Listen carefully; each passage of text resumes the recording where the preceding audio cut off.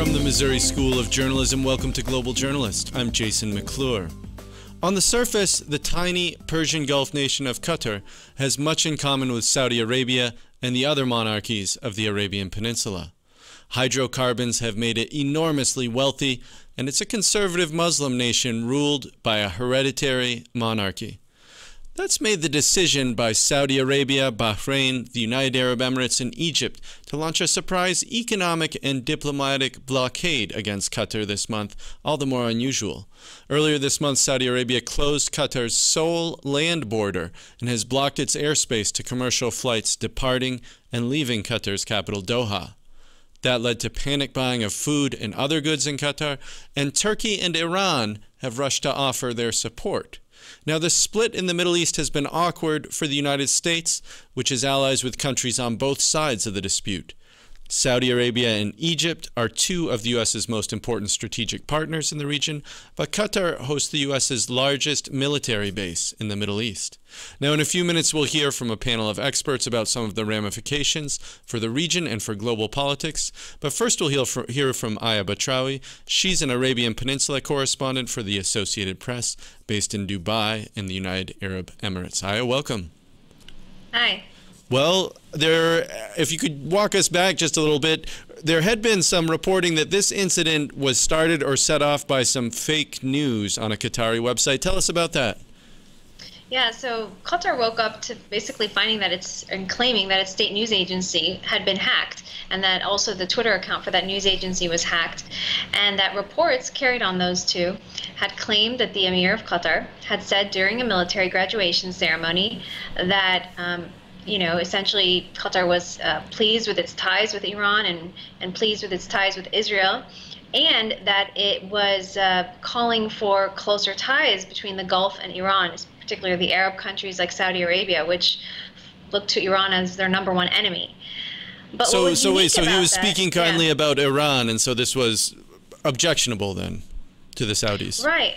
Well, in a way, because actually, this is Qatar's policy. Qatar's policy, they share a huge underwater gas reserve with Iran, so they do have ties with Iran, and they're not the only Gulf country to have ties with their Persian Gulf neighbor, Iran. But for Saudi Arabia, they've been long irritated by Qatar's policies because they find Qatar to be this small country that really should be bowing to Saudi Arabia's power and presence in the region and its policies. And Qatar is a renegade country that does its own things, charts its own course. Al-Jazeera, the broadcast network that Qatar has founded, is a perfect example of how they've basically been able to really expand their voice in the region. And so what was interesting was that Qataris came out immediately and said, we've been hacked. These comments were never made. And normally you'd find Saudi Arabia and the other Gulf countries rallying around one of their own and saying, yeah, this is a hack, what's going on? But instead they continued to carry the remarks that he denied making, and they launched a full-on assault on Al Jazeera by basically shutting off access to the broadcast in their countries and shutting off access to Qatari news websites in these countries. So till today, if I don't use a VPN, I cannot access Al Jazeera's website or a lot of Qatari news websites in the UAE. So it sounds like there may have been some effort to foment a division here through this hack. Who hacked Qatar's news sites? I mean, so, initially Qatar came out saying, we haven't spoken to Saudi Arabia and the UAE about the hacking, but we're looking into it. But as time has gone on, there's been suggestions out of Qatar that there were phones used or devices used in the neighboring countries or the countries that have isolated Qatar to create this hacking. So we really don't know who's behind it. No one's come out and obviously raised their hand and said we've done it. But it's clear that this was used as a red herring, or basically just something to create this rift with Qatar and to basically launch a full-on assault on Qatar's policies in the region. So it sounds like it was almost a pretext to have this dispute. It definitely does seem like that. Well, how has Qatar been affected by this economic and diplomatic blockade? We saw earlier this month there were some images of sort of panic buying at supermarkets. How is it changing people's lives? I mean, Qatar is a very wealthy country. They're actually only a little bit over 50,000 citizens. I mean, it's a small country, but they have a lot of foreign residents who live there and work there and keep the country running. So they're able to financially withstand this for some time. I think the biggest damage to Qatar, though, right now in the short and medium term is their reputation. I mean, they've been accused of sponsoring and backing terror groups. And, you know, that's probably the worst thing you can be accused of these days. So for Qatar to have that accusation being leveled against it by its own neighbors and by very big, powerful Arab nations, they're on the defense. And that doesn't look good for them, especially as they're preparing to host the World Cup in 2022. And they have franchises of American universities there, like Georgetown and Northwestern. They've tried to, you know, show themselves as open and modern. So this doesn't look good for them at all. And they're definitely on a diplomatic flurry abroad to try and improve their image and fight back with words and media. And it might strike some people as hypocritical for Saudi Arabia to be accusing Qatar of sponsoring extremist groups, terrorist groups. What do we know about who they fund? What is so objectionable about it to the Saudis? I think it really comes down to when you look at Qatar's policies towards political opposition Islamist groups. So not necessarily Al-Qaeda and ISIS, but more if you look at their relationship with the Muslim Brotherhood, which, according to the US and the EU countries, is not a terrorist group. They're a political opposition group.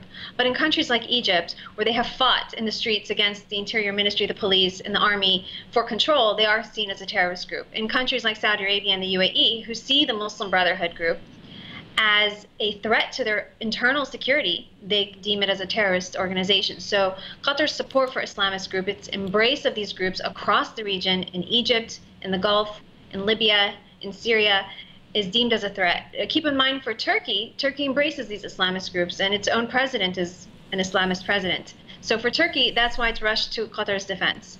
Well, let me just ask you then as well about this diplomatic and economic blockade. Qatar obviously imports a lot of its food, its only land border is with Saudi Arabia. I assume also that many Qataris, it's a small country, are intermarried with people from Saudi Arabia, from some of these other Gulf states that surround it. And then obviously there's a lot of foreigners there. They have a big international airline, Qatar Air.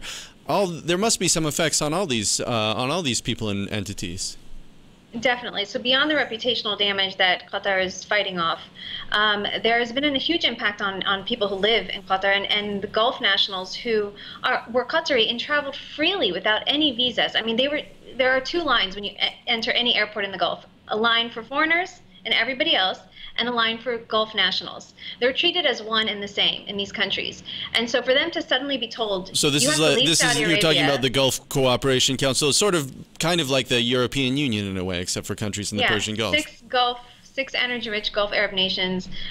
You could say the anchor of them is Saudi Arabia. And so for these nations, they traveled freely among one another. Qatar is one of them. And so for Qatari nationals to find that they have to leave Saudi Arabia, they have to leave the UAE, they have to leave Bahrain, they have property here, investments here. Some of them, like you said, are married and live here. To find that suddenly they can no longer continue their education if they were studying here, it's a huge blow to them.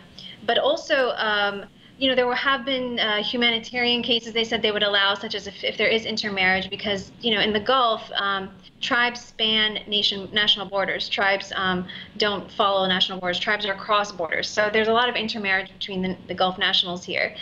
So they did say that they would allow, if a Qatari is married to an Emirati, for example, that they could live together. But what about those who aren't immediately, you know, married? What if it's a cousin, or if it's a, you know, a grandmother or something that you want to visit? I mean, what do you do in that situation? And it doesn't seem like the crisis is going to end anytime soon. So it looks like it is drawing out. And like I said, also it's a huge damage to the reputation of Qatar, which means less people are flying to Qatar, and also because they can't fly. You can't take a direct flight anymore from Dubai to Doha, which used to take 45 minutes by a plane or something like that. Now you have to go through Oman, pay an astronomical figure, and it's just not worth it anymore to go through Qatar or Qatar Air for someone like me who lives in Dubai.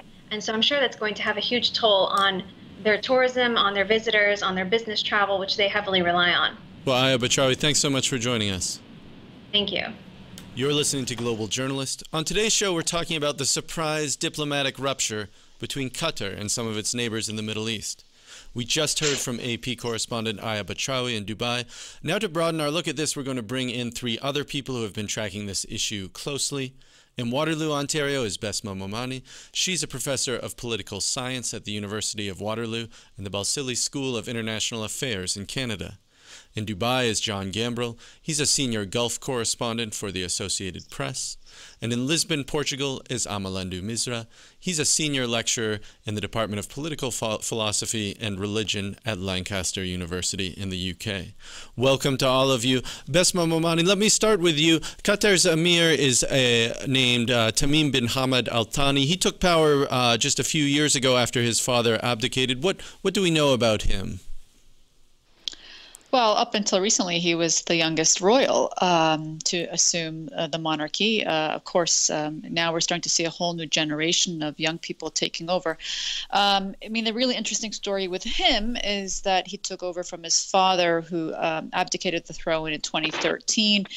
His father is a little more interesting in that he overthrew his father in a bloodless coup in '95. This 37-year-old royal is presumably considered to be slightly a reformer. He's also flirted with the Muslim Brotherhood, taken various different positions than his father, who probably was far more, I think, interested in political Islam than Tamim has. He's also considered to be a lot more fiscally conservative than his father. Some of the cuts that we've seen to some of the Qatari agencies have taken place since 2013. And also, of course, like many of the Gulf countries, is very conscious of the need to diversify away from oil and gas. And of course, Qatar's main export and income revenue is from gas exports. And so there is an attempt there. And of course, it follows in line with what we heard Aya talk about, which is the idea that it is trying to be, the focus of the Middle East, a sort of hub point. So it's promoted its airline industry. It's promoted it's as a place for scientific research and academic universities like the ones that Aya mentioned, as well as some think tanks to come there and really sort of do some interesting research. There's a lot of money being put into research, a lot of grants being offered to not just local academics, but regional academics to try and do some of this novel stuff. So there is an attempt to sort of bring Qatar into the modern century. But of course, the challenges of being an oil dependent, or in this case, a gas dependent economy is still one that is as we all call it, as political economists, a curse on the country and its overall economic development. Well, let me turn this to John Gambrell then, because one of the alleged incidents that triggered this dispute between Qatar's Emir and Saudi Arabia, its allies, apparently was that Qatar may have paid a really enormous ransom to some armed groups in Iraq and or Syria. Tell us just a little bit about that. Well, about 16 months ago, there was several dozen Qatari royals as well as others who were hunting in Iraq.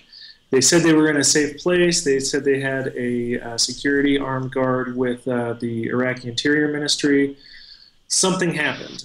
They were taken and kidnapped. In the time since, Qatar, which had had a lot of success in negotiating other hostage rescues elsewhere in the Middle East, found itself basically impotent to help its own people. That did cause some dissension within Qatar itself. Now, just recently, there was what we believe to be a payment in at least the tens of millions of dollars, if not upward of $1 billion, as the Financial Times recently said. That was big money, and part of the reason why the Arab nations that are now against Qatar are upset is because they say that money went to Shia militias that are at least allied to, if not backed by, Iran, as well as Sunni militants as well. And it also is part of a complicated population shift in the Syrian war that saw a couple of villages moved out and the population switched around amid that fighting. So unfortunately, those captives became part of this wider geopolitical conflict that's in the Middle East right now that centers around Syria, that centers around the proxy wars that Saudi Arabia believes it's fighting against Iran, and Iran believes it's fighting against Saudi Arabia. Well, Amalandu Misra, that is an interesting point, and it touches again on this issue of Qatar's relations with Iran. How deep are those relationships? Is it that Qatar has sort of an active, friendly relationship with Iran, or is it just maybe a less cold relationship than, say, Saudi Arabia or some of the other Arab nations? Well, the relationship that Qatar has with Iran is twofold. One is economic, and the other one is religious. Let me start with the religious one first. Qatar happens to support Hamas, which is again in turn supported by Tehran. So there is a kind of ideological stroke religious semblance between these two powers. The second one has to do with economic, and it has to do with the massive gas fields that we have in the Persian Gulf. In fact, both have been operating in an area which touches each other. It's a kind of contiguous zone, so to speak. So there is a kind of massive economic relationship that is going on. Also, in terms of Qatar reaching out to its neighbors, it has maintained a very friendly relationship with the regime in Tehran, which is not the case with Saudi Arabia. In fact, when the blockade started, it was Turkey and followed by Tehran, which sent essential food items and others to Tehran, to Doha. So what we have is a kind of ideological as well as economic dimension, which are working at the same time between these two countries. Well, let me, if I could, I wanted to ask Bessma Momani about something here, and that is that this rupture came almost immediately after President Trump's visit to Saudi Arabia. What do we know about what role, if any, the visit by President Trump had in Saudi Arabia deciding to, with its allies, make this rupture with Qatar? Was there some sort of green light given by President Trump, or how did this come about? Do we know? Well, of course, it's speculative here. I can give you my opinion. I think there's absolutely a connection. The timing is just too coinky-dinky, frankly. And I think it's, based on the reality that the Saudis felt very much empowered by Trump's visit. They felt as though they were celebrated as a key ally in the fight against terror. Of course, I think there is a deeper issue here of the Saudis have time and time again been seen as complicit in some way, either in terms of promoting the perverse ideology that ISIS promotes, or frankly, individual Saudis having given money to, unscrupulous characters, either eventually linked to ISIS or directly to ISIS. So I think it was a really useful deflection strategy to talk about it that way. And of course, Trump, not being the intellect that he is, was also, I think, easily convinced by the narrative that it's all about the Muslim Brotherhood, and the Muslim Brotherhood is somehow not just a terrorist organization, which fits his logic of how he sees Egypt, but more importantly, that somehow they're the same, two birds of the same, whatever the saying is, I'm blanking, frankly, but, they're all part of the birds same of a flock. feather. There you go. That they're really ISIS and the Muslim Brotherhood are two and of the same. And I think that really kind of makes it easy for Trump to come home and say, hey, look, I had this great meeting. We are going to counter ISIS and terrorism. We opened this great news center, hence the globe and the orb and the whole, ominous picture that we all saw. And by the way, we found the culprit or the fall guy, and it's really all about Qatar. Done. And then he can tweet that away, So I think there's just this there's not a coincidence. There is a connection. And I think definitely the Saudis took advantage of Trump's visit and were very much emboldened to hit on Qatar when they did. If you're just joining us, this is Global Journalist. I'm Jason McClure. We're talking today about the major diplomatic row between some major U.S. allies in the Middle East. Saudi Arabia, Egypt, and the United Arab Emirates have all cut economic and diplomatic ties with Qatar, a tiny Arabian Peninsula nation that happens to be home to the largest U.S. military base in the region. We're joined by Bessma Momani, a political scientist at the University of Waterloo in Ontario, John Gambrill, a senior Gulf correspondent for the Associated Press in Dubai, and Amalandu Misra, a senior lecturer at Lancaster University, who joins us from Lisbon, Portugal. If you're interested in more Global Journalists, you can visit our website, globaljournalist.org. There you can access our archives and find our ongoing reports on undercovered international news and human rights issues. You can also like us on Facebook or follow us on Twitter. You can also subscribe to this program on YouTube or iTunes. John Gambrill, I wanted to pick up with you. Bessma Momani was just touching on President Trump's visit to Saudi Arabia, and she was speculating that there may have been some sort of connection here between President Trump's visit and Saudi Arabia, its allies' decision to go ahead and break ties shortly thereafter. What are you hearing? What do you know from your reporting there about this? Well, I think that to really get the full view of what's happening, you have to look back to the Obama administration. Under the Obama administration, there was a colder relationship that Obama had, especially with the Saudi government, as well as with other Gulf nations feeling a little uneasy with the way that Obama went about getting the nuclear deal. Now, in the time since, the Trump administration has come in, and part of their policy platform is to roll back a lot of either the domestic or the international changes that President Obama sought. Chief among them is the Iran nuclear deal, which Trump has said that he wants to renegotiate, that he wants to have a better deal.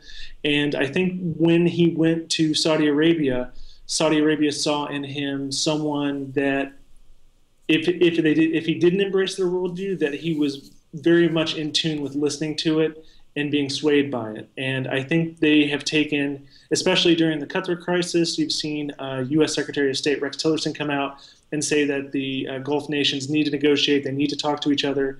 And then at the same time, you have President Trump tweeting that that he believes Qatar is a state sponsor of terrorism. In fact, it seems like the White House is sort of diametrically opposed to some of the messaging coming out of the State Department and the Defense Department in the U.S. now about this. I think the State Department said yesterday that they failed to see any reason why Saudi Arabia would have taken these steps, and that comes just a couple weeks after President Trump was praising this as being a step forward in fighting terrorism. Yeah, I mean, it's really tough when you're trying to bring people to the negotiating table. You need to have one unified message. And so far, there has seemed to have been different messages. Even Defense Secretary Jim Mattis has spoken about how much Qatar represents an important part to U.S. military strategy in the Middle East. Al-Udeid Air Base is there that has over 10,000 American troops there. I think the statistic is like once every 10 minutes a plane takes off or lands there as part of the war against the Islamic State group in Iraq and Syria, as well as the ongoing war in Afghanistan. So, I mean, Qatar is an important part of U.S. military and political strategy in the Middle East. And the two or three or four messages that you hear coming out of the U.S. administration right now does concern people who want to see some sort of mediation go forward. And without any sort of unified message, any mediation at this point doesn't seem like it's going to happen. Well, Amalandu Misra, let me move this to you then, because Qatar, it is a small nation, it is a wealthy nation, but it's also its only land border is with Saudi Arabia. So how long can Qatar hold out against this sort of economic, political blockade that is happening now from its much larger neighbors until we see some really serious ramifications for the country? Well, the first thing we have to remember here is that Qatar is not a landlocked country. It has only one land frontier with Saudi Arabia, but the rest three parts of it is open to the sea. So it can always navigate its way out of any kind of blockade. That's number one. Second, when we are talking about Qatar's connections with the rest of the world, it can always fly via Iran, as it has done, and it can always fly via Turkey. So although it might be problematic, but in the long run it is... So in other words, commercial airliners that would normally pass through Saudi airspace to get to Doha can instead fly maybe a different route across Iran, across Turkey. It might add up another 30 to 40 minutes perhaps. But if Qatar, being such a rich country, can subsidize it, I don't see they're going to have any kind of problem whatsoever. But also something else that we need to remember here is that United Arab Emirates is massively dependent on Qatari gas, and it comes through the land frontier that we have just talked about. So Qatar, paradoxically, hasn't cut off that particular linkage with United Arab Emirates, although UAE and Saudi Arabia have done so. So Qatar in some ways has got a very better kind of image in this kind of diplomatic spark that we are witnessing here.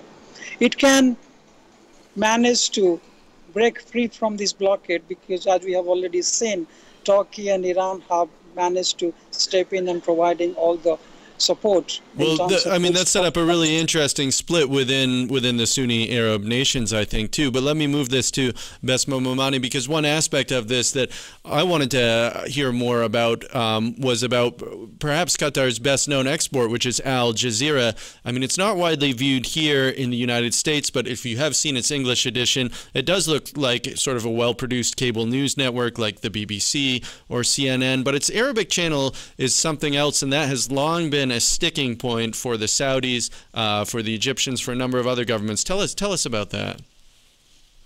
Yeah, I mean, and it's important to make that distinction between Al Jazeera Arabic and English. They are very different in content, editorial style, and in just, I think, the ethics of journalism that are being used.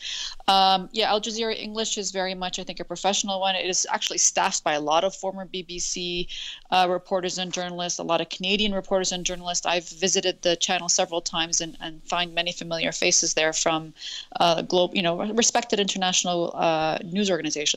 But in Al Jazeera Arabic, I think part of that is also, don't forget, the ecosystem that it operates in. And Arabic news generally is pretty of poor quality. A lot of rumors, speculation, the kind of journalistic standards of verify don't necessarily apply. And so, yeah, I think it delves into conspiracy theories and the rest. Of course, it's also taken a very hardline position in support of the Muslim Brotherhood. That means it obviously plays into the narrative that not only was the Egyptian revolution, let's call it the second so-called revolution was actually a coup, and that Sisi is a repressive government, which I think is not news to many people in the Western media landscape, but is considered very controversial in the Arab world, particularly by Saudi government and others who find the Muslim Brotherhood abhorrent. So there is definitely a political slant there. And of course, the Saudis don't like the fact that, the Al Jazeera Arabic is instigating and causing what they think is political unrest. I think some of us might counter that actually it provides at least an alternative viewpoint to what is the mainstream media of the Arab world. Well, we do have just a minute left, so let me move this to John Gambrill then. I think a lot of people have been surprised at both how sudden and bitter this rupture was. Is this something that with some cool diplomacy that the genie can sort of be put back in the bottle, or are we looking at some sort of ongoing tension here for quite some time? One of the top diplomats in the United Arab Emirates yesterday or the day before said that this could go on for years. There's no sign that either anybody wants to really go to the negotiating table right now. There's been talk of a list of demands coming out. They haven't come out. And as one Western diplomat told me, if there's not even a list of demands, there's nothing really to negotiate over, so there's no mediation that can happen whatsoever. So at this point, and also Qatar has said everything, the blockade and as it calls it, must end before they even come to the negotiating table. But it will be interesting to see, there's a couple kind of nuclear options that both sides can take if the Emiratis and the Saudis decided to try to cut off Qatari natural gas exports that are being shipped out into the Gulf. That could be a big problem. The Qataris could retaliate by cutting off that gas line that runs under the sea from Qatar to the UAE. And if they did that, that would cut the power off in both Abu Dhabi and Dubai. So, I mean, there's a lot of things that both sides still could do, but no one's really taken it to that point yet because it would potentially bring in... I'm sorry, John. We're just out of time. We're going to have to leave it there for this edition of Global Journalist, a production of the Reynolds Journalism Institute at the Missouri School of Journalism and KBIA Mid-Missouri Public Radio. Many thanks to Aya Batrawi, Bessma Momani, John Gambrill, and Amalandu Misra for joining us. Our producer this week is Idam Kasaye, with assistance from Lauren Workman. Rachel Foster Gimbel is our studio producer. I'm Jason McClure. Thanks for tuning in.